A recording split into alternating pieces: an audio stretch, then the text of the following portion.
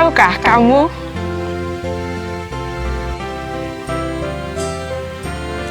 Paskah seringkali diidentikan dengan telur.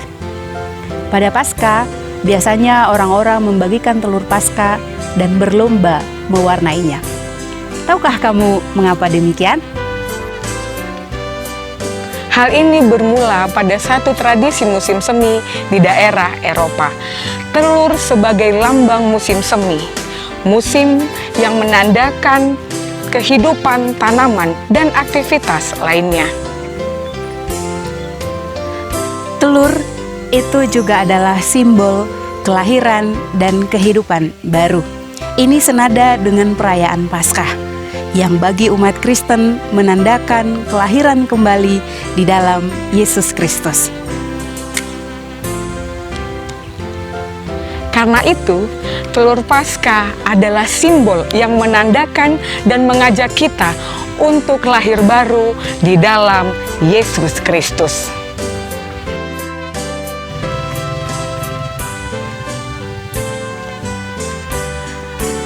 Satu Korintus 15 ayat 14. Tetapi andai kata Kristus tidak dibangkitkan, maka sia-sialah pemberitaan kami dan sia-sialah juga kepercayaan kamu.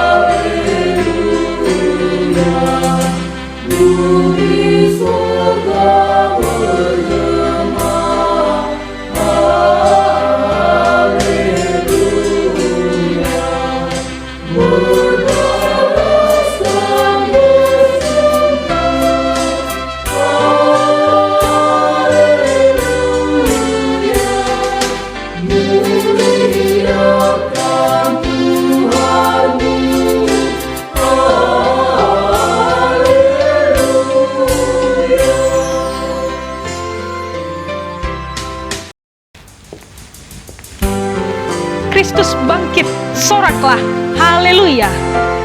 Saudara-saudari, para mahasiswa sekalian, khususnya para pemuda-pemudi gereja, kebangkitan Kristus merupakan satu peristiwa iman yang pokok dan sentral bagi kita orang Kristen. Seandainya Kristus tidak bangkit, maka Paulus katakan sia-sialah pemberitaan Injil. Bisakah kita membayangkan seandainya peristiwa kasih Kristus hanya berakhir pada peristiwa penyalipannya? Mungkin Yesus tetap dikenang sebagai tokoh iman yang fenomenal, tetapi ia dikenang sebagai tokoh yang harus mengakhiri hidupnya dalam kuasa kematian. Tapi karya Tuhan begitu sempurna, Dia berikan kepada kita kemenangan, kepada Kristus sebuah kemenangan yang sempurna. Dan ini tidak hanya dongeng belaka, dan ini bukan dongeng belaka, sebab sejarah mencatat ini sebagai sebuah historical moment yang benar adanya. Itu sebabnya kita orang Kristen selalu setiap hari Minggu merayakan peristiwa ini, merayakan bagaimana Kristus Allah mengangkat kita dan memperdamaikan kita melalui kemenangan kuasa Kristus Yesus.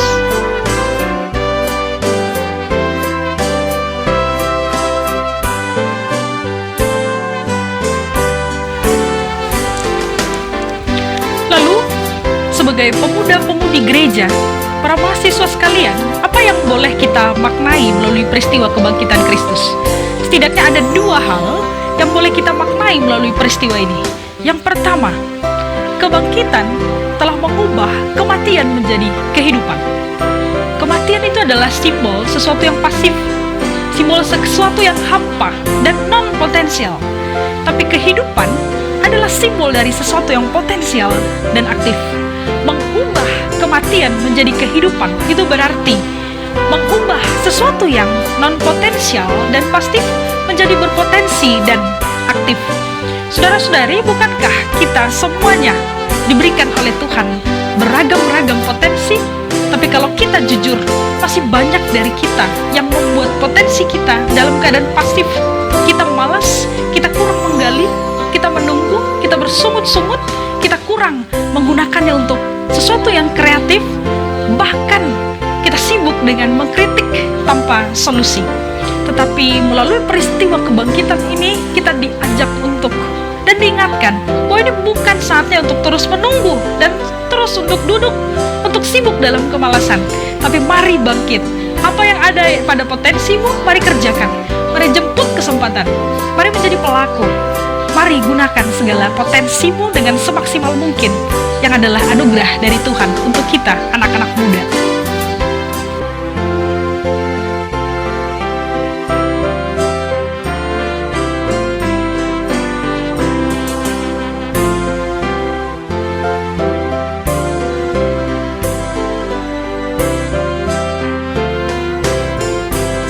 Dan yang kedua, yang mau kita lihat dari peristiwa kebangkitan Kristus adalah bahwa tidak ada perjuangan, tidak ada pengorbanan yang berakhir dengan sia-sia.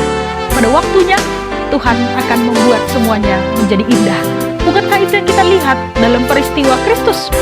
Seolah-olah dia kalah, dia masuk ke dalam kehinaan yang terdalam, kegelapan yang terdalam. Tetapi dari sana, dia keluar sebagai pemenang.